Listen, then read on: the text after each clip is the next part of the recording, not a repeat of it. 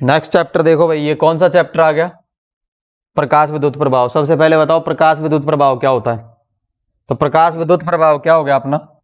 प्रकाश विद्युत प्रभाव वो होता है कि जब भी किसी धातु पृष्ठ पर क्या गिरेगा, देली आवृत्ति से अधिक आवृत्ति का प्रकाश गिरेगा, तो धातु पृष्ठ से क्या उत्सर्जित होने लगेंगे? इलेक्ट्रॉन। सबसे पहली बात एक चीज ये ध्यान रखनी, इलेक्ट्रॉन उत्सर्जन की खोज किसने की थी? इलेक्ट्रॉन उत्सर्जन की खोज किसने की थी? हर्ट्ज। ये लाइन याद रखना। कुछ वैज्ञानिक थे जिन्होंने ये कुछ एक्सपेरिमेंट किए थे, उनको करने के बाद सीधा आपको ये ध्यान रखना है कि प्रकाश विद्युत प्रभाव के अंदर किसी धातु पृष्ठ पर जब भी क्या गिरेगा, एक प्रकाश गिरेगा, इससे क्या निकलेगा? बस कंडीशन ये होनी चाहिए कि ये जो आपतित प्रकाश हो रहा है इसकी जो आवृत्ति होनी चाहिए ना, वो देली आवृत्ति से ज्यादा होनी चाहिए। अब दो चीजें डिनोट कर रहे हैं, एक तो न्यू है, न्यू का मतलब आवृत्ति, और न्यू नोट का मतलब है देली आवृत्ति। समझ में आया? अब बात आ जाती है कि सर देली आवृत्ति क्या होती है? देली आवृत्ति वो न्यूनतम आवृत्ति होती है जिस आवृत्ति से अधिक आवृत्ति के प्रकाश पर ही कौन सी घटना देखने को मिलती है? प्रकाश विद्युत प्रभाव। सिंपल। ये अलग अलग धातुओं के लिए अलग अलग होती है और ये धातु पृष्ठ पर निर्भर करती है। समझ में आया? सिंपल सी बात। अब धातु पृष्ठ के बाद में आ जाता है अपने पास में कार्यफलन। क्या आ जाता है? कार्यफलन। कार्यफलन वो न्यूनतम ऊर्जा है जिस न्यूनतम ऊर्जा को ग्रहण करने के बाद ही इलेक्ट्रॉन का क्या हो सकता है? उत्सर्जन हो सकता है। ये भी किस पर डिपेंड करता है? धातु पृष्ठ पर और धातु की प्रकृति पर, कुल मिलाकर। अब इतना ध्यान रखना है, देखो फाई नोट जो है ना, ये फाई नोट से किसको दर्शाते हैं हम? कार्यफलन को। अब फाई नोट में म्यू नोट में रिलेशन है। फाई नोट बराबर होता है H इंटू म्यू नोट। ये कहां से आया? एक चीज ध्यान रखना, प्रकाश के अंदर फोटोन पाए जाते हैं। प्रकाश में कौन होते हैं? प्रकाश के अंदर फोटोन होते हैं और फोटोन की ऊर्जा को E बराबर H न्यू से लिखते हैं। तो जो ऊर्जा गिरेगी ना वो फोटोन्स लेकर के आएंगे और वो किस पे गिरेगी? धातु पृष्ठ पर। और उस ऊर्जा का प्रयोग करके ही कौन बाहर निकलेंगे? इलेक्ट्रॉन। तो ये फोटोन की ऊर्जा है, ध्यान रखिए। ठीक है। और यदि यहां आवर्ती की जगह अगर म्यू नोट कर दो, आप म्यू नोट कर दो, यानी कौन सी आवर्ती? डेली। फिर ये इसको ई नहीं लिखेंगे, अब इसको फाई नोट लिखेंगे। समझ में आया? यानी फोटोन की ऊर्जा तो होती ई बराबर एच न्यू, उसमें कोई भी आवर्ती हो सकती है, लेकिन अगर न्यू को हटाकर आप क्या कर दें? न्यू नोट कर दें, तो वो क्या बन जाएगा? कार्यफलन। बस इतना सा ध्यान रखना है। समझ में आ गई बात? प्रकाश विद्युत प्रभाव का प्रायोगिक वो है एक अरेंजमेंट, उसको किस तरह से करते हैं। और उसमें एक छोटा सा अपने को दे रखा है, देखो इसके अंदर इस तरह की एक ट्यूब बना रखी है। ट्यूब के अंदर एक तरफ कौन है? संग्राहक। यहां से इसको खोलना है, यहां इसके के अंदर क्या गिरेगा? प्रकाश। यहां मान लेते हैं कि ऊपर से क्या आ रहा है? इधर से ये प्रकाश की तरंगे आ रही हैं ऐसे चलती हुई, और ये इसके ऊपर किस पे गिर रही है? ये है उत्सर्जक। ध्यान रखना, उत्सर्जक यानी जिसमें से कौन निकलेंगे? इलेक्ट्रॉन। और ये कौन है? संग्राहक। क्लियर है? इन दोनों को हम एक उससे जोड़ेंगे, बैटरी। मैं सीधा ही जोड़ रहा हूं वैसे तो। इसके अंदर वो एक बता रखा है मैंने, यहां पर एक अरेंजमेंट लगेगा ऐसे, ये ध्रुव प्रवर्तक, और ये लाइन यहां से ऐसे कनेक्ट हो जाएगी। इसमें मैंने वो RH लगाया होगा बैटरी लगा करके, उससे कोई फर्क। यहां लगा दो, चलो यहां ऐसे करके लगा दो यहां। ठीक है क्या? अरे समझ में आ रहा है ये हो क्या रहा है? ये यहां पर कहीं यहां ऐसे लगा दे जाएगा यहां। ठीक है। और बीच में लगा दो, यहां पर क्या लगाओ? माइक्रोमीटर। क्लियर है? ठीक है। करंट मेजर करने के लिए म्यू लगा दो। समझ में आया? संग्राहक को क्या कहेंगे? यहां लगाओ। इसमें बहने वाली धारा को पता करना है ना, यहां लगा दो। ठीक है। हटा दो इसको, यहां लगा दो। आप चाहो तो यहां लगा दो, कोई फर्क नहीं पड़ रहा, यहां लगा दो। सीरीज में जुड़ेगा ये किसके? बस इस मेटल की जो ये सर्किट है ऊपर वाला, उसके कौन से क्रम में जुड़ेगा?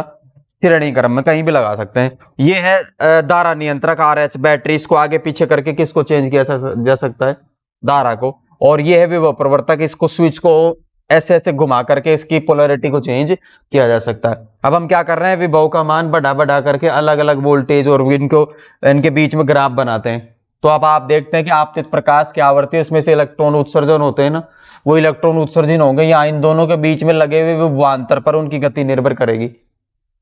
समझ में आया? इनके बीच में लगने वाले विभवांतर पर इनकी गति निर्भर करेगी। अगर इसमें से कोई इलेक्ट्रॉन निकलता है और आपने यहां पर पॉजिटिव वो लगा रखा है, क्या विभव, यानी इस प्लेट को क्या बना रखा है, पॉजिटिव, तो ये इलेक्ट्रॉन को क्या करेगी, आकर्षित करेगी। और अगर इस पॉजिटिव विभव को बढ़ाते जा रहे हो तो ज्यादा आकर्षित करेगी।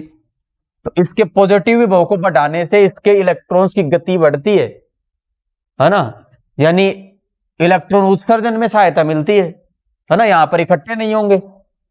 मैंने आपको एक लाइन और बताई थी कि मेटल पृष्ठ से जब इलेक्ट्रॉन निकलते हैं ना, और अगर ये यहां से हटेंगे नहीं और यहीं यहीं इकट्ठे होने लगेंगे, तो ये क्या करेंगे कि जब ये सारे यही मेटल के पास में इकट्ठे हो जाएंगे तो फिर अंदर उपस्थित नए इलेक्ट्रॉन को बाहर आने से प्रतिकर्षित करेंगे। तो इनको हटाओ तो बेटर होगा, प्रकाश विद्युत प्रभाव के अंदर इनको हटाओगे तो ज्यादा करंट फ्लो होगा। तो इनको हटाने के लिए यहां पर कौन सा वो होना चाहिए, और अगर इनको रोकना है तो यहां पर कैसा होना चाहिए, ऋणात्मक। तो एक करंट हमने बताया था कि, और इनकी वजह से जो करंट बहता है उस करंट को कहते हैं प्रकाश विद्युत धारा, यह आपको याद रखनी है। और प्रकाश विद्युत धारा जो होगी ना, प्रकाश विद्युत धारा के मान को मेरे को धीरे धीरे क्या करना है, कम करना है, जीरो कर देना है। तो जीरो करने के लिए मेरे को इसके ऊपर ऋणात्मक विभव लगाना पड़ेगा, समझ में आया, क्योंकि मेरे को आने वाले इलेक्ट्रॉन्स को रोकना है, तो मेरे को ऋणात्मक विभव लगाना पड़ेगा। किस पर लगाना पड़ेगा, और इसी को एनोड कहते हैं, समझ में आया। अब एक छोटी सी सिंपल डेफिनेशन आती है, कौन सी वाली, एक डेफिनेशन आती है जिस डेफिनेशन को कहते हैं कौन सा विभव, निरोधी विभव। वो भी यहीं से समझ में आएगा आपको। निरोधी विभव क्या होता है, निरोधी विभव वो होता है कि संग्राहक का ऋणात्मक विभव का वह मान, संग्राहक के या एनोड के ऋणात्मक विभव का वह मान जिस पर प्रकाश विद्युत धारा का मान शून्य हो जाए। तो कुल मिलाकर एक चीज तो समझ में आ गई कि अगर वोल्टेज को जीरो, अब देखो वोल्टेज और आई के बीच में मैंने एक ग्राफ बना रखा है ना। जब वोल्टेज जीरो होता है ना, इधर कौन है, विभव, इधर कौन है, आई, आई धारा नहीं है, ये प्रकाश विद्युत धारा, ध्यान रखना दोनों में डिफरेंस है भाई। इस बिंदु पर करंट जीरो नहीं है, विभव जब जीरो है तो क्या जीरो नहीं है, करंट जीरो नहीं है। तो करंट जीरो कब होगा, ऋणात्मक विभव पर। तो यहां कहीं पर कौन जीरो होगा, करंट जीरो होगा। और ये लाइन आपने ऐसी बना रखी होगी ग्राफ, ठीक है। ये जो लाइन जब ये बिल्कुल पैरेलल हो जाती है ना, यानी इससे ज्यादा धारा नहीं बढ़ती, इसको कहते हैं संतृप्त प्रकाश विद्युत धारा। संतृप्त धारा भी लिख सकते हैं या फिर संतृप्त प्रकाश विद्युत धारा, एक ही बात है। मतलब जब वोल्टेज जीरो होता है तो करंट जीरो नहीं होता है, थोड़ी सी वैल्यू होती है। वोल्टेज को नेगेटिव साइड में ले जाओ, जिस बिंदु पर ये प्रकाश विद्युत धारा घटती घटती यहां पर जीरो हो जाएगी, उस बिंदु पर जो विभव होगा उस विभव को कहते हैं निरोधी विभव, और ये V नोट से रिप्रेजेंट करते हैं। समझ में आया, ये ग्राफ आपको याद होना चाहिए। क्लियर हो गई बात। इलेक्ट्रॉन्स की गतिज ऊर्जा, जो इसमें से इलेक्ट्रॉन उत्सर्जित होंगे, और निरोधी विभव के अंदर एक रिलेशन होता है, आपको याद रखना है, 1/2 mv मैक्सिमम का स्क्वायर। ये कौन है, उत्सर्जित इलेक्ट्रॉनों की अधिकतम गतिज ऊर्जा। m का मतलब द्रव्यमान हो गया इलेक्ट्रॉन का, और v हो गया इलेक्ट्रॉन का वेग, और 1/2 mv स्क्वायर गतिज ऊर्जा होती। तो ये उत्सर्जित इलेक्ट्रॉन की अधिकतम गतिज ऊर्जा, ये रिलेशन आपको याद रखना है, EV नॉट। सर ये कहां से आ गया, गतिज ऊर्जा ही तो देखो, चलते हुए इलेक्ट्रॉन को रोकना है। इलेक्ट्रॉन के पास कौन था, कौन सी ऊर्जा थी, जो चल रहा था वो गतिज ऊर्जा, उसको रोकना है तो उसकी ऊर्जा को जीरो करना है। समझ में आया। तो ऊर्जा को जीरो करोगे तो ऑपोजिट फोर्स लगाओगे, तभी तो वर्क डन जीरो होगा। नहीं आया समझ में, यानी ये और ये एक दूसरे के विपरीत होने चाहिए साइन में, तभी तो जोड़कर कितनी होंगी। अरे किसी भी इलेक्ट्रॉन की टोटल एनर्जी को क्या करना है, जीरो करना है। तो जीरो कैसे करूंगा, मेरे पास पहले से अगर उसके पास पॉजिटिव एनर्जी है तो मैं उसको कैसे दूंगा, नेगेटिव, वो जोड़ करके कितनी हो जाएगी, जीरो। तो ये ऊर्जाएं एक दूसरे के नेगेटिव हैं, नेगेटिव होने का मतलब ये एक दूसरे के बराबर है। समझ में आई बात। तो मेरे को इलेक्ट्रिकल एनर्जी देनी पड़ेगी। अब कैसे देंगे, आपको पता है V = होता है W/Q। तो आप कितनी ऊर्जा दोगे, यहां से W होता है एनर्जी या जूल, एक ही बात, W = V × Q। लेकिन यह Q आवेश की जगह कौन है भाई, इलेक्ट्रॉन, तो ये E × V। और ये V जो है ये निरोधी विभव है, तो यहां V की जगह क्या लगा लेते हैं, V0। यानी आप कितना निरोधी विभव लगाओ कि वो जो इलेक्ट्रॉन के पास गतिज ऊर्जा है वो गतिज ऊर्जा क्या हो जाए, जीरो हो जाए, मतलब आप एनर्जी दोगे और जो पहले से है वो जुड़कर कितनी हो जाए, जीरो, यानी रोकना अपने को इसको। तो यहां से निकलेगी वो W, तो W बराबर हो जाएगा E इंटू वी नॉट, और इसका योग जुड़ करके क्या होना चाहिए, जीरो। तो जीरो करोगे तो जो माइनस वाली एनर्जी हो वो उधर जाकर चली जाएगी प्लस। ये यहां से आता है, समझ में आया। यानी इलेक्ट्रॉन की अधिकतम गतिज ऊर्जा को जो विभवांतर के कारण ऊर्जा होती है उस ऊर्जा के क्या करना है, बराबर करना है। समझ में आया रिलेशन। अब आपको याद रखना है, ये हो गई। अब आपको सबसे पहले देखो ये प्रायोगिक जो वो था ना, उसके प्रभावों के अंदर आपको पहला पता करना है, उसके कुछ रिजल्ट्स निकलते हैं। रिजल्ट्स में किसका प्रभाव, पहला प्रभाव है प्रकाश विद्युत धारा पर। प्रकाश विद्युत धारा पर विभव का तो मैंने पहला डायग्राम बना दिया आपको, अभी बनाया था। अब प्रकाश विद्युत धारा पर, अब विभव का डायग्राम बनाया था, अभी सेम डायग्राम बनेगा। प्रकाश विद्युत धारा पर आवर्ती का प्रभाव, ठीक है। आवर्ती वाला देखो पहले, आपतित प्रकाश की आवर्ती पर प्रभाव देखोगे तो आप किसको नियत रखोगे, तीव्रता को नियत रखोगे। मैं दोनों डायग्राम्स को एक साथ बनाएंगे तो कुछ बात समझ में आएगी। क्लियर है। डायग्राम बिल्कुल सिंपल है। इस साइड तो आपको बनाना होगा क्या, विभव, और इस साइड क्या बनानी होगी, धारा। आप किसको नियत रख रहे हैं, तीव्रता को। तीव्रता को जब नियत रखते हो और आप आवर्ती को बदलते हो ना, तो क्या नहीं बढ़ती है, क्या नहीं बढ़ती है, संतृप्त धारा नहीं बढ़ती है। समझ में आया, निरोधी विभव बढ़ता है। ये आपको ध्यान रखना है। पहला ग्राफ बन जाएगा ये ऐसे, ठीक है। यहां पर जाकर के ये लाइन को थोड़ा सा ऐसे करो, थोड़ा ठीक सही करो, इसको सीधा बनाओ ना। ये ऊपर जाकर के थोड़ी सी क्या हो जाएगी, ऐसे पैर, ठीक है। अब आपतित प्रकाश की आवर्ती को बढ़ाना है, क्या नियत रखते हुए, तीव्रता। अब आप आवर्ती और ज्यादा आवर्ती का प्रकाश यदि आप किस पे डालते हैं, धातु पृष्ठ पर, तो ये और ज्यादा आवर्ती का प्रकाश डाल रहे हो तो उत्सर्जित इलेक्ट्रॉनों की ऊर्जा और अब बढ़ेगी। समझ में आ रही बात, क्या बताया था मैंने, जब आवर्ती बढ़ती है तो उत्सर्जित इलेक्ट्रॉन्स की क्या बढ़ती है, गतिज ऊर्जा बढ़ती है। समझ में आ रहा है। अरे क्या बढ़ती है, गतिज ऊर्जा। क्या नहीं बढ़ती है, इलेक्ट्रॉनों की संख्या कब बढ़ेगी, जब तीव्रता बढ़ेगी। याद कर लो इस लाइन को। अब आपने आवर्ती बढ़ा दी तो उत्सर्जित इलेक्ट्रॉन की क्या बढ़ेगी, गतिज ऊर्जा। और गतिज ऊर्जा का और उसका सूत्र तो अभी बताया था ना मैंने, 1/2 mv मैक्सिमम का स्क्वायर ईवी नॉट। अगर गतिज ऊर्जा बढ़ गई तो फिर क्या बढ़ गया, निरोधी विभव। तो अब निरोधी विभव यहां तक है, थोड़ा आगे बढ़ जाएगा। कुछ समझ में आया। तो यहां से ये ग्राफ स्टार्ट हो जाएगा और ये जाएगा ऐसे ही। आ गई बात समझ में। अब और ज्यादा किसका क्या बढ़ा दो, आवर्ती बढ़ा दो, नेक्स्ट और बढ़ जाएगी यहां से। अरे आ रही है बात समझ में, क्लियर है। अब आपको 3 ग्राफ बन गए, लेकिन संतृप्त धारा में कोई परिवर्तन नहीं होता है। तो ये लाइनों में लिखोगे आप कि जब आपतित प्रकाश की तीव्रता को नियत रखते हुए उसकी आवर्ती बढ़ाई जाए तो संतृप्त विद्युत धारा में कोई प्रभाव नहीं पड़ता है, जबकि निरोधी विभव का मान आवर्ती बढ़ाने के साथ साथ बढ़ता रहता है। और अब मैं 3 देखो, ये 3, अब आप कंफ्यूज हो जाओगे। यहां V01, यहां लिखोगे V02, यहां लिखोगे V03। अब यहां थोड़ा सा डिफरेंस रखना है, ये न्यू1, ये न्यू2, ये न्यू3। न्यू का मतलब आवर्ती। ये कौन सी आवर्ती पे ग्राफ है, न्यू1 पर। न्यू1 आवर्ती के संगत निरोधी विभव V01। न्यू2 आवर्ती का प्रकाश डाला, निरोधी विभव और बढ़ गया।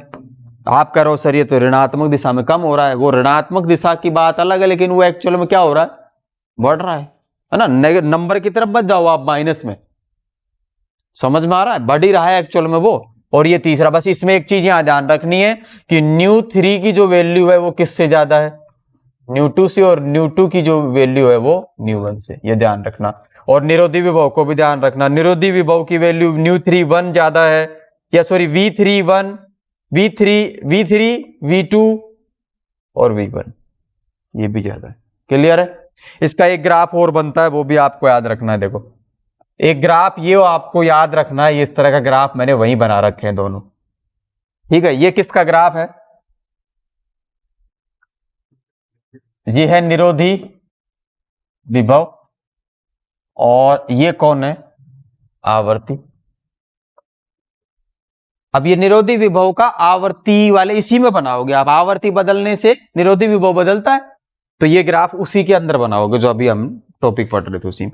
ये मेटल ए हो गई और ये मेटल बी हो गई, आपको याद रखना। और कार्यफलन की बात हम आगे करेंगे कि इनमें से कार्यफलन किसका ज्यादा है। वैसे आपको पता है बी का कार्यफलन ज्यादा है, क्योंकि बी जो है वो यहां पर ज्यादा डिस्टेंस पर काटेगी। ये मैं अभी आपको वापस बताऊं, ये समझ में आ गई बात। अब आपको दूसरा प्रभाव देख रहा है, क्या नियत रखते हुए आवर्ती को तो क्या रखेंगे, नियत, और किसको बढ़ाएंगे, तीव्रता को बढ़ाना है, तीव्रता परिवर्तित करनी है आपको। अरे समझ में आ रही है। अब एक ग्राफ वापस बनेगा, इन ग्राफों को उल्टा सीधा बना करके आते हैं, रटरटा करके आते हैं बच्चे। ये है प्रकाश विद्युत धारा, ये है वोल्टेज। बताओ कैसा बनेगा ये ग्राफ, बताओ कैसा बनेगा ये ग्राफ। यहां से स्टार्ट होगा और ये लाइन ऐसे जाएगी लगभग, ठीक है, यहीं से दूसरी लाइन आएगी और यहीं से सबकी कौन अलग अलग होगी, संतृप्त प्रकाश विद्युत धारा। आवर्ती बताओ मेरे को कौन सी आवर्ती, आवर्ती 1, आवर्ती 2, आवर्ती 3। I3 की वैल्यू I2 से ज्यादा, I2 की वैल्यू I3 से I1 से ज्यादा। जैसे जैसे आप आपतित प्रकाश की क्या बढ़ाओगे, आवर्ती बढ़ाओगे, किसमें परिवर्तन नहीं होता, निरोधी विभव में किसमें परिवर्तन होता है, प्रकाश विद्युत धारा, और वो भी कौन सी वाली, संतृप्त वाली, उसके अंदर परिवर्तन होता रहता है। समझ में आई बात। एक डायग्राम बनाओगे, इसके साइड में बना हुआ है प्रकाश विद्युत धारा, संतृप्त प्रकाश विद्युत धारा, संतृप्त प्रकाश विद्युत धारा इस साइड, और इस साइड कौन, तीव्रता। ये ग्राफ आपको याद रखना, ऐसा बनाया था सीधा। जैसे जैसे तीव्रता का मान बढ़ता है वैसे वैसे संतृप्त विद्युत धारा का मान बढ़ता जाता है, और अगर ज्यादा तीव्रता लोगे तो बढ़ता। इनका सबका निरोधी विभव सेम, बट इनकी तीव्रताएं क्या है, अलग अलग है। समझ में आया। और सबकी संतृप्त प्रकाश विद्युत संतृप्त धारा, संतृप्त प्रकाश विद्युत धारा सबकी क्या है, अलग अलग बढ़ेगी। ये दोनों ग्राफ आपको याद रखने, इससे रिलेटेड थ्योरी याद रखनी। क्लियर है। उसके बाद आ जाता है क्या अपना, ये दो तो ये प्रभाव हो गए, एक तीसरा, तीन प्रभाव हो गए ये। क्लियर है। तीन प्रभावों के बाद में आइंस्टाइन इक्वेशन आती है, आइंस्टाइन प्रकाश विद्युत इक्वेशन या आइंस्टाइन प्रकाश विद्युत समीकरण। अब कई बच्चे इसको अभी भी वही लिखकर आ जाते हैं, एग्जाम में पूछा जाएगा आप लिखकर आ जाओगे E=m/c²। ये नहीं होती, प्रकाश विद्युत समीकरण लिखनी है। क्या लिखनी है, प्रकाश विद्युत समीकरण। ठीक है। अब एक तो आपको एक चीज याद रखनी है, देखो आपतित प्रकाश की ऊर्जा फोटॉन्स में होती है और फोटोन की ऊर्जा होती है h²। तो आपतित फोटोन जो होगा वो उसकी ऊर्जा को दो जगह प्रयोग में लिया जाएगा, कार्यफलन के रूप में और उत्सर्जित इलेक्ट्रॉनों की गतिज ऊर्जा के रूप में। तो यदि आपतित होने वाला फोटोन h² ऊर्जा लेकर के किसी धातु पृष्ठ से टकराता है तो इसकी ऊर्जा का दो जगह प्रयोग में लिया जाएगा, उसकी गतिज ऊर्जा देने के लिए और कार्यफलन देने के लिए। समझ में आ रहा नहीं, यही बात समझ में। अरे फोटोन जो ऊर्जा देगा थोड़ी उसमें से कुछ ऊर्जा तो काम में आएगी धातु के से किसको बाहर निकालने के लिए, इलेक्ट्रॉन को, और फिर अगर बच जाए तो वो इलेक्ट्रॉन को क्या देने के लिए, गतिज ऊर्जा। समझ में आया, दो जगह काम में आएगी। तो यहां से निकाल दोगे 1/2 mv मैक्सिमम स्क्वायर h² - φ0। यही आइंस्टाइन की प्रकाश विद्युत समीकरण है, ध्यान रखना। समझ में आया। अब आइंस्टाइन के प्रकाश विद्युत समीकरण से भी प्रकाश विद्युत प्रभाव की व्याख्या के 4 पॉइंट लिखवा रखे मैंने, 4 या 5 पॉइंट, ध्यान रखना। उसके अंदर भी यही है, पहला पॉइंट यही है कि गतिज ऊर्जा का मान कभी भी ऋणात्मक नहीं होता है। अगर ये ऋणात्मक नहीं होता है तो ये सदैव पॉजिटिव रहेगा, और ये संख्या पॉजिटिव कब रहेगी, जब इसमें से कौन ज्यादा होगा, h²। ये संख्या पॉजिटिव कब होगी, जब h² ज्यादा होगा, और h² ज्यादा होगा इसका मतलब न्यू ज्यादा होगा, और न्यू ज्यादा होगा और न्यू नॉट कम होगा। इसका मतलब सिंपल सी बात यह है कि प्रकाश विद्युत प्रभाव की घटना केवल तभी ही होगी जब आपतित प्रकाश की आवृत्ति देहली आवृत्ति से अधिक हो, अदरवाइज प्रकाश विद्युत प्रभाव की घटना देखने को नहीं मिलती है। कालपस्थता वाला एक टॉपिक है, इसके अंदर प्रयोगों से पता लगता है कि इलेक्ट्रॉन जो है वो तुरंत निकलते हैं, ठीक है, तुरंत निकलते हैं। इस इलेक्ट्रॉन से भी इसमें भी यही चक्कर है कि सारी जो है ना वो इसके अंदर ध्यान रखनी है। अब कालपस्थता प्रयोगों से भी देखने को नहीं मिलती, जबकि वो जो आगे पढ़ेंगे वेव थ्योरी जो है वो क्या कहती है कि इलेक्ट्रॉन उत्सर्जन में क्या लगना चाहिए, एक समय लगना चाहिए। लेकिन एक्चुअल में देखें तो 10⁻⁻8 सेकंड से भी कम समय लगता है। समझ में आ रहा है? लगभग इसके बराबर समय लगता है, ये बहुत कम समय होता है, ठीक है, इलेक्ट्रॉन्स के क्या होने के लिए, उत्सर्जन होने के लिए। जबकि प्रकाश जो तरंग थ्योरी है, तरंग सिद्धांत जो है वो यह कहता है कि इसमें से क्या लगने, निकलने के लिए क्या लगना चाहिए, समय लगना चाहिए। अब आपको 2-4 चीजें उसके अंदर और याद रखनी है जो मैंने वो बताई थी कि वो कब बढ़ेगी, ऊर्जा कब बढ़ेगी, ऊर्जा बढ़ेगी कब, जब आपतित प्रकाश की क्या बढ़ेगी, आवृत्ति बढ़ेगी। समझ में आ रही बात? ये चीजें ध्यान रखनी छोटी छोटी, सब में वही घुमा फिरा कर वही पॉइंट है सारे के सारे। और उत्सर्जित इलेक्ट्रॉन्स की संख्या कब बढ़ेगी, जब तीव्रता बढ़ेगी। समझ में आया? यदि आप ये मान करके चल रहे हैं कि इलेक्ट्रॉन उत्सर्जन हो रहा है ना, ये मान लिया आपने पहले से ही कि क्या हो रहा है, यदि इलेक्ट्रॉन उत्सर्जन हो रहा हो, ये मान लिया जाए, यदि इलेक्ट्रॉन उत्सर्जन हो रहा हो तो फिर एक फोटोन की टक्कर से एक इलेक्ट्रॉन निकलता है, सदैव ध्यान रखना। समझ में आया? ये समझ में आई कि नहीं आई मैं क्या करना चाह रहा हूं? मान लो किसी धातु पृष्ठ के ऊपर कौन टकराया आकर के, ये फोटोन, प्रकाश टकरा रहा है, मतलब कौन टकरा रहा है, फोटोन। और मैं मान लेता हूं कि केवल कितना ही फोटोन टकराया, एक। और ये मान लो कि आने वाले फोटोन की जो आवृत्ति है, मतलब प्रकाश की, वो देहली आवृत्ति से अधिक है, यानी इलेक्ट्रॉनों का उत्सर्जन करवाना है। और एक ही फोटोन गिरेगा तो एक ही इलेक्ट्रॉन निकलेगा, ध्यान रखना। अगर 2 फोटोन गिर रहे हैं तो 2 इलेक्ट्रॉन निकलेंगे। यदि इलेक्ट्रॉन उत्सर्जन हो रहा हो तो आपतित फोटॉन्स की जितनी संख्या होगी उतनी ही इलेक्ट्रॉन्स की संख्या हो जाएगी जो उत्सर्जित होंगे। समझ में आ रहा है? क्लियर है? एक ऐसा ऑब्जेक्टिव क्वेश्चन दे रखा है कि एक फोटोन के गिरने से उत्सर्जित इलेक्ट्रॉन्स की संख्या होगी 1। यदि ये मान लिया जाए कि किसका उत्सर्जन हो रहा है, इलेक्ट्रॉन का, और अगर यही कह दिया जाए कि देहली आवृत्ति से कम आवृत्ति का फोटोन गिर रहा है तो इलेक्ट्रॉन्स का उत्सर्जन नहीं होगा, है ना। तो इसमें 2-4 एक इस तरह का क्वेश्चन दे रखा है, उसको देख लेना। एक धातु पृष्ठ पर एक फोटोन आपतित होता है, एक फोटोन आपतित होता है, फोटोन आपतित होता है। कितना फोटोन आपतित होते हैं? एक फोटोन। उत्सर्जित इलेक्ट्रॉन्स की संख्या होगी, उत्सर्जित इलेक्ट्रॉन्स की संख्या होगी। अब इसमें 2 ऑप्शन, अगर देखो पहला इसके अंदर कौन सा पार्ट, यदि अब बीच में लगा लेना, एक धातु पृष्ठ पर एक फोटोन आपतित होता है, उत्सर्जित इलेक्ट्रॉन्स की संख्या होगी यदि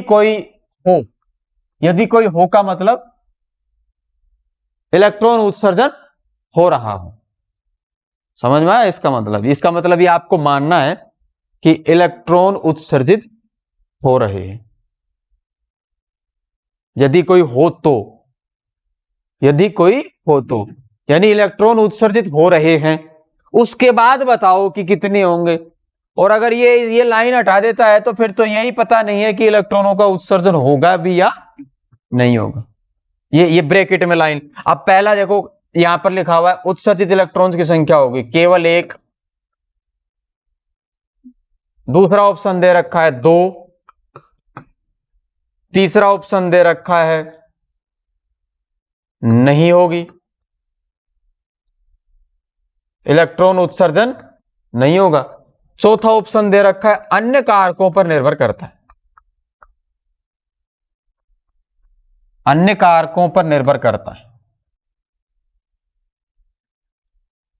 यदि ये लाइन लिखी हुई है तो आंसर होगा केवल एक, और ये कह रहा है कि यही पता नहीं कि इलेक्ट्रॉन निकलेगा कि नहीं निकलेगा, तो नहीं नहीं, अन्य कारकों पर निर्भर करता है।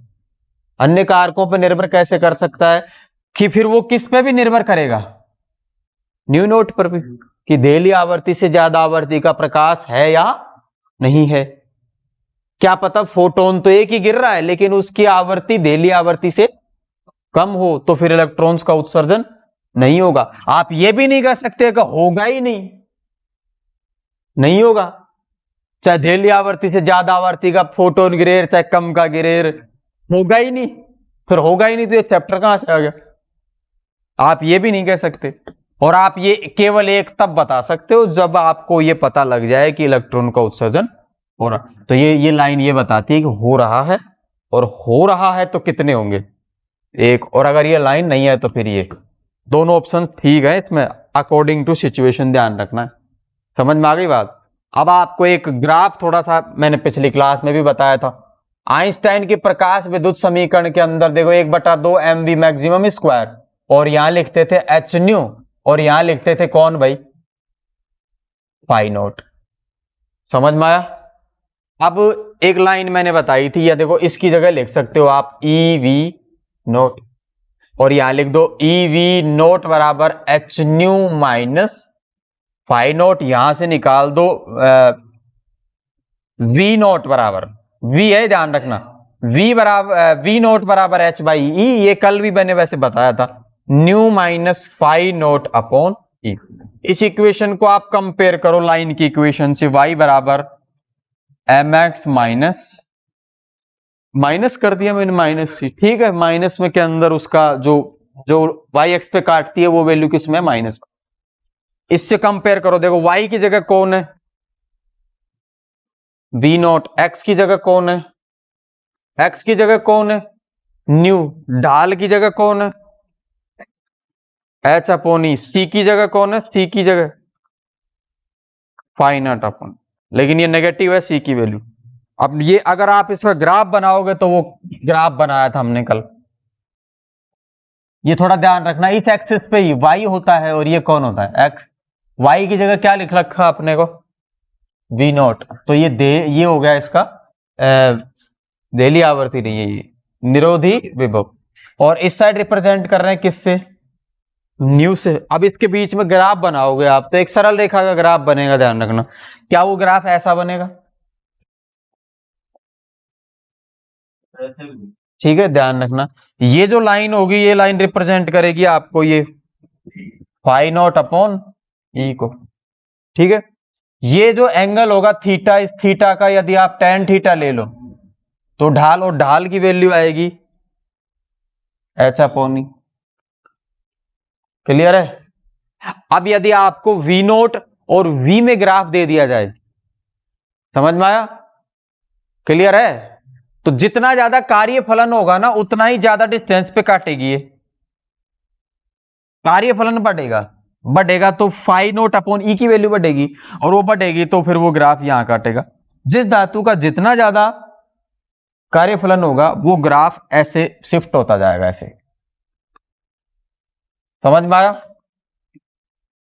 समझ में आई कि नहीं बात। तो आपको थोड़ा ध्यान रखना है, इसके अंदर एक लाइन याद रखनी है कि आपको ये बताना है अब तीनों ग्राफ के अंदर से कि कौन सी धातु का, अलग अलग धातु है, धातु ए, धातु बी, धातु सी, कौन सी धातु का कार्यफलन सबसे ज्यादा है, सी का, क्योंकि सी जो है वो सबसे ज्यादा डिस्टेंस पर काट रही है। अरे समझ में आया। इस तरह का क्वेश्चन आपको एक्सरसाइज के अंदर देखने को मिलेगा। ध्यान रखना, फाई नोट ए ये सबसे कम, इससे ज्यादा फाई नोट बी, और इससे भी ज्यादा फाई नोट सी, ये आपको थोड़ा सा ध्यान रखना है। क्लियर हो गई बात। ये आपकी हो गई क्या, आइंस्टाइन। आइंस्टाइन के बाद में आ जाती है इसके अंदर फोटोन की अवधारणा। फोटोन की अवधारणा, छोटे छोटे टॉपिक है। फोटोन की अवधारणा आपको पता होनी चाहिए। फोटोन की अवधारणा के अंदर क्या पढ़ते हैं, फोटोन्स जो है ना, लाइट जब चलती है तो लाइट में क्या मानते हैं, कौन आकर से गिर रहे हैं, फोटोन। फोटोन की ऊर्जा को कैसे रिप्रेजेंट करते हैं, ई बराबर एच न्यू। एच कौन है, एच होता है प्लांक नियतांक। एच कौन होता है, प्लांक नियतांक। और न्यू कौन होती है, आवर्ती। यदि न्यू आवर्ती का प्रकाश गिर रहा है तो उसके अंदर उपस्थित एक फोटोन के पास में कितनी ऊर्जा होगी, एच न्यू। अगर न्यू आवर्ती का प्रकाश किसी धातु पृष्ठ पे गिरता है तो उसके एक फोटोन की ऊर्जा हो जाएगी ई बराबर एच न्यू। ध्यान रखना, ये किसकी ऊर्जा है, फोटोन की ऊर्जा, ये ध्यान रखेंगे। क्लियर है। फोटोन एक कण है, फोटोन एक कण है और इसका विराम द्रव्यमान शून्य होता है। विराम द्रव्यमान क्या होता है, शून्य होता है। ये एक कैसा कण है, अनावेशित कण। ये विद्युत क्षेत्र तथा चुंब ई ऑब्लिक बी से प्रभावित नहीं होता है। कुछ समझ में आ रही बात। फोटॉन्स जो होते हैं वो लाइट की स्पीड से चलते हैं। समझ में आ रहा है कुछ, किससे चलते हैं, फोटॉन्स की जो स्पीड होती है लाइट के अंदर, ये चलते हैं c बराबर 3 गुणा 10 की पावर 8 मीटर प्रति सेकंड। क्लियर हो गई क्या बात, क्लियर है। ये फोटोन की अवधारणा हो गई, और भी एक आधे छोटे मोटे पॉइंट इसके साथ हो। हाँ, कुल ऊर्जा और संवेग क्या रहता है, संरक्षित। कुल ऊर्जा और संवेग क्या रहता है, संरक्षित रहता है। ये नियम तो आपको लगाने लगाने, जब ये किससे टकराएंगे तो टकराते टाइम कुल ऊर्जा भी और उनका कुल संवेग भी वो संरक्षित रहता है। ठीक है, ये आपको ध्यान रखनी है। और एक चीज अपने को इसमें ध्यान रखना है। अब इसके अंदर आ जाता है डी ब्रोगली की परिकल्पना या अवधारणा। ठीक है, डी ब्रोगली की परिकल्पना के अंदर एक लाइन मैंने बता रखी है कि प्रकाश की जैसे द्वैत प्रकृति होती है ना, कण की भी कैसी प्रकृति होती है, द्वैत प्रकृति। यानी किसी गतिशील कण से सदैव एक तरंग संबद्ध होती है। एक गतिशील कण से क्या जुड़ी हुई होती है, तरंग जुड़ी हुई होती है। और उस तरंग अगर जुड़ी हुई है तो तरंग का तरंग दैर्घ्य भी होगा। समझ में आया। तो डी ब्रोगली वेवलेंथ निकालते हैं, डी ब्रोगली तरंग दैर्घ्य। और डी ब्रोगली तरंग दैर्घ्य का सूत्र होता है लैम्डा बराबर एच अपॉन पी। पी होता है उस कण का संवेग जो कण चल रहा है। समझ में आया है ना। इसका सिंपल मतलब ये है कि ये कोई इलेक्ट्रॉन है, ये वी वेग से जा रहा है। ठीक है, तो इलेक्ट्रॉन का संवेग P बराबर इलेक्ट्रॉन का द्रव्यमान गुणा वेग। तो इलेक्ट्रॉन से जो तरंग जुड़ी हुई है उस इलेक्ट्रॉन की तरंग का लैम्डा हो जाएगा लैम्डा बराबर एच अपॉन पी। ये जो लिखा हुआ ऊपर ये से एच कौन है, प्लांक नियतांक। प्लांक नियतांक की वैल्यू आपको याद होनी चाहिए, 6.62 या 6.3 जूल इंटू सेकंड। ये आपको ध्यान रखना, प्लांक नियतांक की वैल्यू होती है 6.67।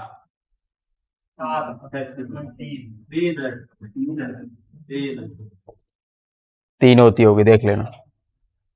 समझ में आ गई बात इतनी, बस इतना थोड़ा सा आपको पता होना चाहिए। अब अलग अलग कणों के लिए जो वो आती है ना तरंग दैर्घ्य, वो आपको निकालनी आनी चाहिए। सबसे पहली बात, डी ब्रोगली के अनुसार जब प्रकाश की द्वैत प्रकृति होती है तो कण की भी द्वैत प्रकृति होनी चाहिए। किसी गतिशील कण से एक तरंग संबद्ध होती है और उस तरंग के तरंग दैर्घ्य को डी ब्रोगली तरंग दैर्घ्य कहते हैं। उसको कैसे निकालेंगे, डी ब्रोगली तरंग दैर्घ्य की वैल्यू होती है लैम्डा बराबर एच अपॉन पी। एच होता है प्लांक नियतांक, पी होता है उस कण का संवेग जिससे क्या जुड़ी हुई है, तरंग जुड़ी हुई है। कण के संवेग को निकालने के लिए कण का द्रव्यमान इंटू क्या करोगे, वेग करोगे। अब इस वेग को फॉर्मूले को थोड़ा सा चेंज कर लेते हैं।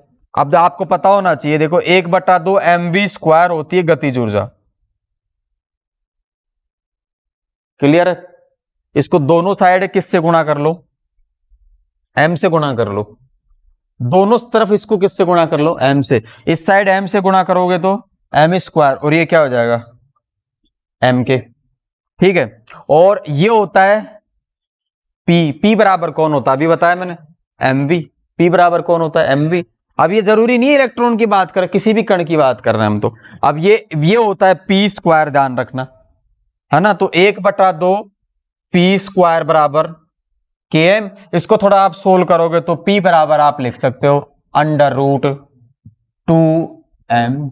ये आपको ध्यान रखना है। तो लैम्डा बराबर आ जाता है h/√2m के। ये किसी भी कण से जुड़ी हुई तरंग का तरंग दैर्घ्य ज्ञात किया जा सकता है। k क्या है, उस गतिशील कण की गतिज ऊर्जा। अब गतिज ऊर्जा को भी देखो, आपको ऊर्जा होती है जो v बराबर W/Q। वोल्टेज पोटेंशियल डिफरेंस लगा करके, दो प्लेटों के बीच में पोटेंशियल डिफरेंस लगा करके, विभवांतर लगा करके कणों को त्वरित किया जा सकता है, यानी कणों को ऊर्जा प्रदान की जा सकती है। तो कण की ऊर्जा को हम v इंटू क्यू से भी लिख सकते हैं, या ऊर्जा की जगह गतिज ऊर्जा मान लो, जो ऊर्जा आएगी वही कौन सी ऊर्जा कहलाएगी, गतिज ऊर्जा। तो इस गतिज ऊर्जा को है ना आप v इंटू क्यू से भी लिख सकते हो। कुछ समझ में आया। तो मैं क्या करूंगा, ये जो गतिज ऊर्जा मैं चेंज कर दूंगा थोड़ा सा, इस गतिज ऊर्जा की जगह लिखो, देखो क्या लिखोगे, हाँ ये क्या करोगे, देखो लैम्डा बराबर आ जाएगा h/√2m के की जगह लिख दो ये वी क्यू। वी है विभवांतर और क्यू है आवेश, उस कण पर आवेश। ये बेसिक फॉर्मूला होता है। अब इस फॉर्मूले से आप अलग अलग कणों की तरंग दैर्घ्य निकाल सकते हैं, अलग अलग कणों से जुड़ी हुई तरंग की तरंग दैर्घ्य ज्ञात कर सकते हैं। आप सबसे पहले किसके लिए निकाल सकते हैं, देखो इलेक्ट्रॉन के लिए। इलेक्ट्रॉन के लिए आप निकालोगे तो इसको लिख देंगे लैम्डा ई, और प्लांक नियतांक की वैल्यू पुट करो 6.63 × 10⁻34। अंडर रूट की जगह अंडर रूट, आप इसको आराम से कैलकुलेट कर लेना, करने की जरूरत नहीं है। 2 इलेक्ट्रॉन का द्रव्यमान कितना होता है, 9.1 × 10⁻31 kg। और v हम लगाएंगे विभवांतर, अपने को पता ही नहीं कितना है, वो आपको लगाना है। और इलेक्ट्रॉन का द्रव्यमान और आवेश होता है इलेक्ट्रॉन पर 1.6 × 10⁻19, है ना। आपको ऐसा लिखना है, कैलकुलेशन के चक्कर में नहीं पढ़ना है। फिर आप बताओ सीधा क्या आता है, 12.27 डिवाइड बाई √v अंगस। आपको याद रखना है इलेक्ट्रॉन की तरंग दैर्घ्य। इलेक्ट्रॉन की तरंग दैर्घ्य के बाद में आप देखो क्या कर सकते हो, थोड़ा सा अपने को ये बेसिक फॉर्मूला हमेशा याद होना चाहिए। लैम्डा, सॉरी लैम्डा ही नहीं, यहां लिखोगे, यहां लिखो लैम्डा बराबर h/√2mv/Q। ये फॉर्मूला याद होना चाहिए। अब आप किसका भी निकाल सकते हो, बताओ। दूसरा निकाल रहे हैं, देखो अल्फा कण, आराम से कर सकते हो, अल्फा कण का निकाल सकते हो। तीसरा आप किसका निकाल सकते हो, प्रोटॉन का निकाल सकते हो, न्यूट्रॉन का निकाल सकते हो। तो आप एक बार प्रोटॉन का निकालो सबसे पहले। प्रोटॉन के लिए, प्रोटॉन के लिए कुछ नहीं करना, प्रोटॉन का द्रव्यमान आपको याद रखना है, ये होता है शायद 1.67 × 10⁻27 के। ठीक है, 1.67 × 10⁻27। और प्रोटॉन पर द्रव्यमान वही होता है किसके बराबर, प्रोटॉन का, सॉरी आवेश, प्रोटॉन का आवेश उतना ही होता है जितना इलेक्ट्रॉन का होता है। इसका लैम्डा की वैल्यू पुट करने के बाद में बताओ फाइनली क्या आती है, 0.286/√v अंगस। याद रख, ये लैम्डा पी होता है। ठीक है, अब आप किसके लिए कर सकते हो, अल्फा कण के लिए। अल्फा के लिए कर सकते हो। अल्फा के लिए आपको एक नंबर हमेशा याद रखना है, अल्फा कण के ऊपर द्रव्यमान कितना होता है। मास ऑफ अल्फा कण जो होता है वो 4 गुना होता है मास ऑफ प्रोटॉन। ये नंबर हमेशा याद रखना है, न्यूमेरिकल करने के काम भी आता है। चार्ज ऑन अल्फा पार्टिकल ये होता है twice of charge on proton. Proton का 2 गुना चार्ज होता है अल्फा कण पर, और प्रोटॉन का 4 गुना क्या होता है, द्रव्यमान। इसको पुट करने के बाद में फॉर्मूला इसी में पुट करने हैं सब वैल्यूज। H की जगह H 2m, अब अल्फा कण का द्रव्यमान ये आ गया आपके पास 4 गुना mp, और यहां लिखोगे Q की जगह 2 गुना QP, और इसको पुट करने के बाद में लैम्डा ऑफ कितना आएगा ये 0.101 डिवाइड बाई √v एंगस्ट्रॉम। ये अल्फा पार्टिकल के लिए समझ में आया। ऐसे ही आपको ड्यूट्रॉन के लिए निकालना है। ड्यूट्रॉन का बताओ कितना होता, 0. हाँ जी, 0202 ध्यान रखना है, और नीचे आता है √v। ये सब किस में निकाले हैं, एंगस्ट्रॉम में। ऐसे ही निकलेगा ड्यूट्रॉन का द्रव्यमान, और वो सब ड्यूट्रॉन का द्रव्यमान और प्रोटॉन के द्रव्यमान में क्या रिलेशन होता है, लिखवा रखा है मैंने, 2 गुना होता है। ठीक है, समझ में आ रहा, ध्यान रखना। ये आपका हो गया कौन, तरंग दैर्घ्य। ठीक है, बाकी करेंगे अगली क्लास में। क्लियर है बात।